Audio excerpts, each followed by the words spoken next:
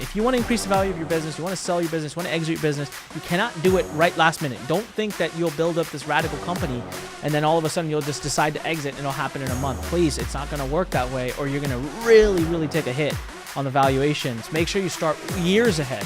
If you're thinking of anywhere within the next 10 years of exit, you got to start thinking about these things. And if you're thinking within the next 5 years, oh my God, you're already too late. This is The Fighting Entrepreneur, the podcast dedicated to entrepreneurs looking to change the world.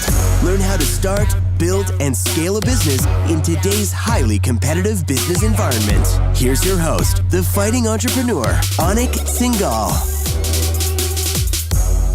What's up, you crazy fighting entrepreneurs? It's your favorite person in the world, and I'm back. Anik Singal here with the Fighting Entrepreneur podcast. Now, these episodes I love doing, but I also don't like doing because they're labeled a TLDL. It means you're too lazy and you didn't listen to the original episode, but that's okay. That's why we're here. We want to give you the summary. All right, so listen, we had this week Pat Ennis, who is one of the leading authorities in the world of exit readiness. This is pretty cool because it's a topic I don't think any entrepreneur ever talks about.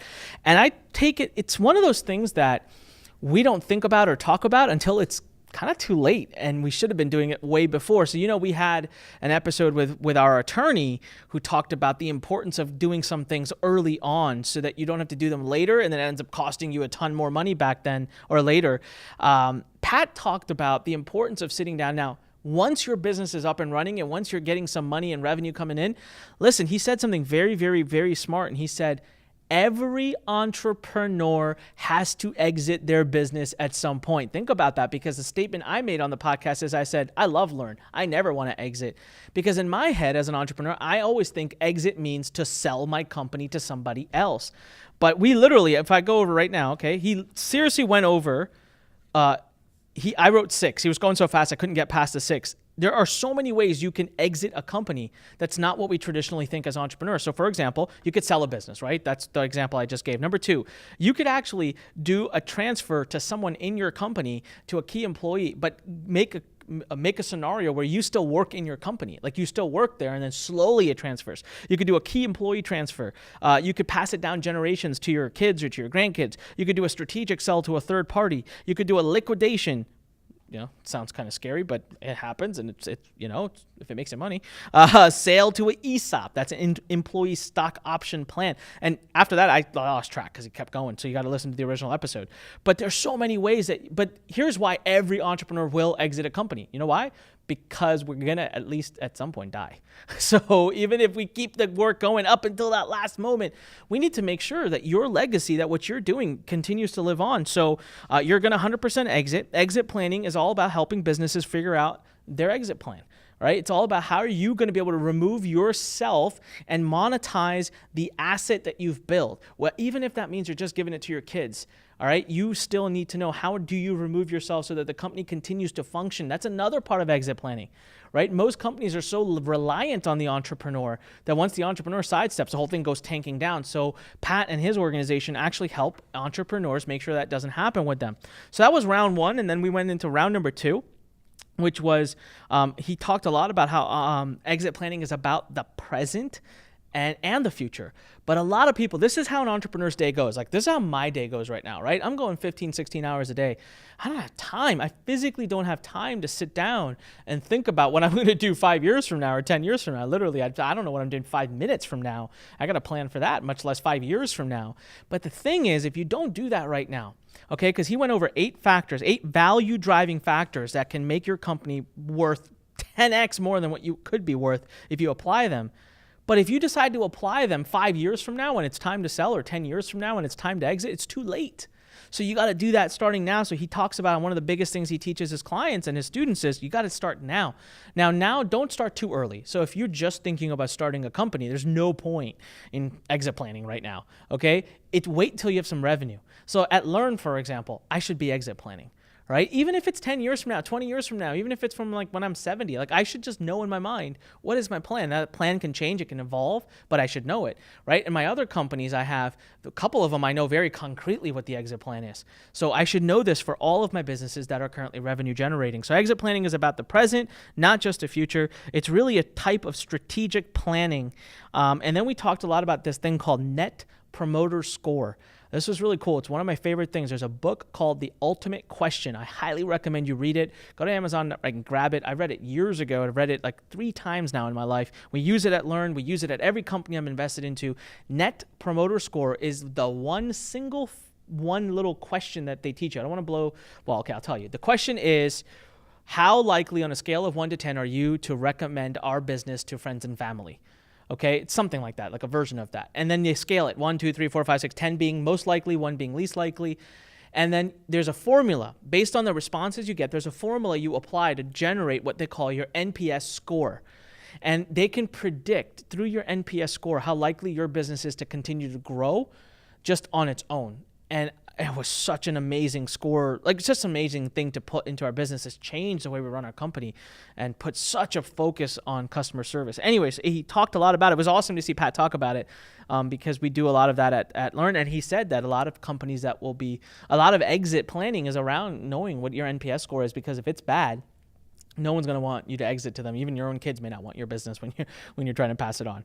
All right, so then we moved on to round number 3. This was cool. We went over the today. What should you be doing? What is important today if you want to eventually plan an exit? So number 1, we went over goals and objectives. Now, I know that sounds a little cliche, but we got pretty detailed into it. Listen, you need to know what's the goal of your business, right? Personal and professional. Now, I know what my business goal for Lurn is, but I'm not really sure what my personal goal from Lurn is. I got to go think about that. He said there's 3 basic types of goals, okay? There's value goals.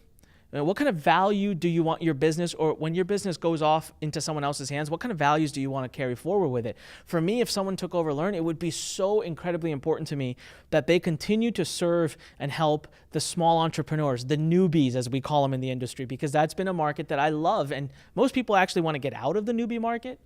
I say it needs service. I want to get into it, okay? So that's a big value goal. Another big value goal for me would be the fact that I want Lurn to always be connected to nonprofit work. I want a portion of our proceeds to always go to doing good in the world. And if that went away, I think it would rip the soul of Lurn out. So whoever's going to come in and maybe one day buy me, or whoever I'm going to pass it down to, whether it be a key employee, whether it be my kids, they better keep that as part of it, or else they're not getting the company, because I don't want that to be gone from the Lurn's mission. Number 2 type of goal was financial goals, right? Obviously, there's got to be, look, money does, companies don't run on goodwill. Companies run on cash. What are your financial goals? How do you want to grow the company? Where do you want it to be? And number 3 was legacy goals. That's big for me. And that's probably the one I think the most about. What's my legacy? My legacy is 1 million entrepreneurs, empowered all over the world that then become an army and change the world. So the day I die, I know I built an army that literally physically changed the world. I existed, hence the world is actually different. That's my big legacy goal. So number 1 was goals and objectives. You got to be very clear before you ever start exit planning. Number 2, this was neat, financial gap analysis. Sounds very big. I didn't know what he was talking about. He was kind enough to explain it. It's this. How much money do you have right today with your company's valuation, with your assets, your retirement accounts, your money, your bank account? How much money do you have today, and how much money do you want or do you need to retire? How much money would you need to know that you could just quit working and live very well? What's the gap? That's the gap analysis. Now, in order to do gap analysis, Pat really, really encouraged you to get an outside valuation of your business. Now, again, don't go off by a third party. This stuff is not cheap, so please wait until your business is of an appropriate size to even demand. If you're doing $2-3 a month, don't go get a gap analysis done yet. But if you're getting serious about it, you would need your gap analysis. Number 3, building a sellable business. This was a part where we really broke it down into 8 specific things. So now, within the list, there's 8 factors. Now, again, you can go to anikpodcast.com if you want the details, the checklist, if you want to print it out. anikpodcast.com for the show notes. Number 1 was financial performance. Number 2 was growth potential. These are the factors that determine the valuation, the value of your company, like how much it's worth. This is what investors and people look at if they're ever going to buy your company. Number 1, again, financial performance. You got to have your financials together. You need to have your financials together. If you're not using appropriate financial tracking tools, it's going to hurt you. It did to me. It's going to kick your butt. I have a financial team of 3 full-time people that do nothing but run my financial, and it's not inexpensive. I got 3 people, plus I got my accountants. So I spend a lot of money. If I told you how much money I spend every year just making sure the financial, I can tell you this, probably close to $600,000 a year. I'm just going to pause for effect. $600,000 a year between all my companies that I invest in making sure my financials are correct. It's worth every penny. Saves me a ton of money in taxes, by the way. All right, number 2, growth potential. Obviously, anyone who wants to buy you is going to want to know is what you're doing, is it going to grow? Do they have ability to get more ROI out of it in the future? Number 3, differentiation factor. How are you different than your competition? It's a big thing, and if you're not focusing on that right now, man, it would be great to start. It increases your valuation. Number 4, NPS score. That's your customer satisfaction ranking. It's actually one of the 8. Number 5, independence. How independent is your business from a specific vendor, a specific supplier, a specific customer, and then most importantly, you, the entrepreneur? How independent is your business? Number 6 was recurring income, something I'm not very good at here at Lurn, and we're going to work on. Got to have recurring revenue. He talked about it again and again. Pat said recurring revenue is the single biggest thing you can do to increase the valuation of your business. Number 7, hub and spoke. This was specifically about the entrepreneur. How much of your business runs purely around you? You got to get rid of that because that's not viable. And number 8, cash flow. Now, this was in no importance, by the way. This was all whatever, right? There was no level of importance. Cash flow is obviously super important.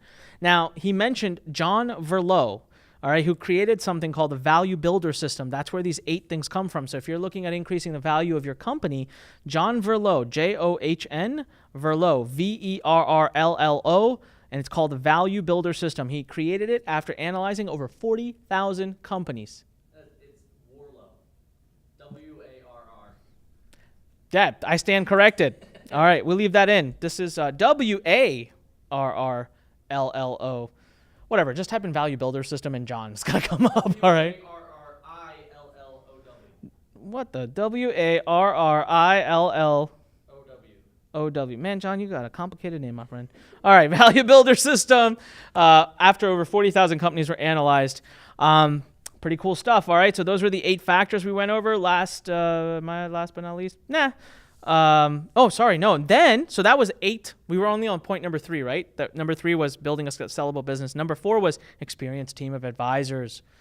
Oh my God, I can't tell you how much I believe in this, love this, need this. You have to have an experienced team of advisors. That includes your attorneys, your CPA, your insurance professionals, your wealth planner, your intermediaries. If you're actually going out to sell, maybe you get an investment banker, or maybe you get a financial firm to help you with the transaction. Your banker. I'm not that good about this. I got to start being more friendly with my banker. I don't realize how big of a role I may play in my future. Number 7, business consultants. Someone's gonna have to train the new guy who takes over the company. And then of course, number 8 is someone to coordinate all these people. If you got 7 people running around that are helping you, you need someone to help run them around. And it's gonna either be you or you need to appoint someone credible to do it. And I tell you right now, for me in my business, it's still me. But I don't think it can be me for long. It's gonna have to be someone else soon.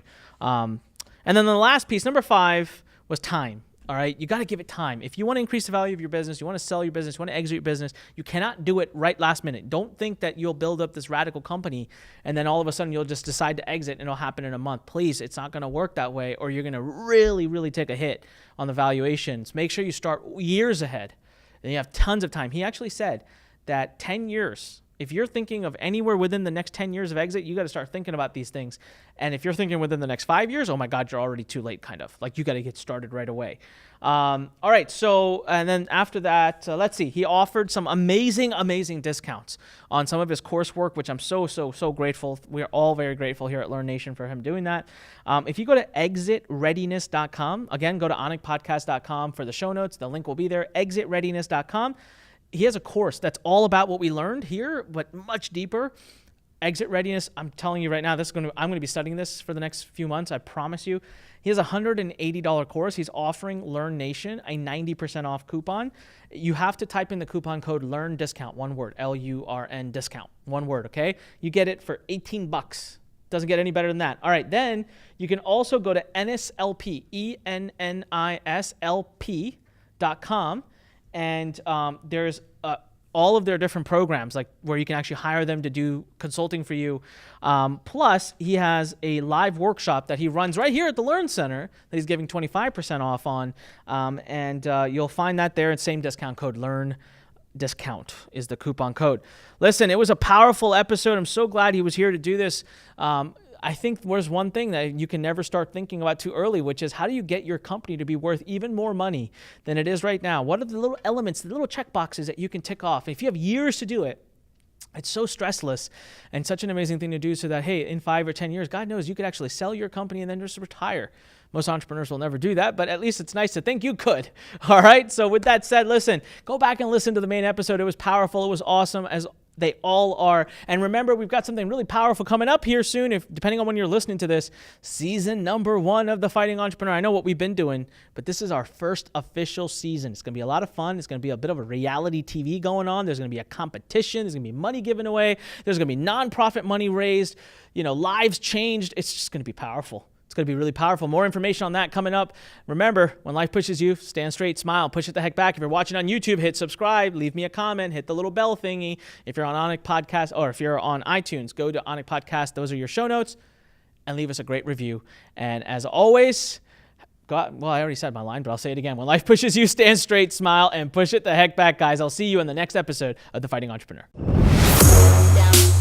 Thanks for listening to The Fighting Entrepreneur with your host, Anik Singal.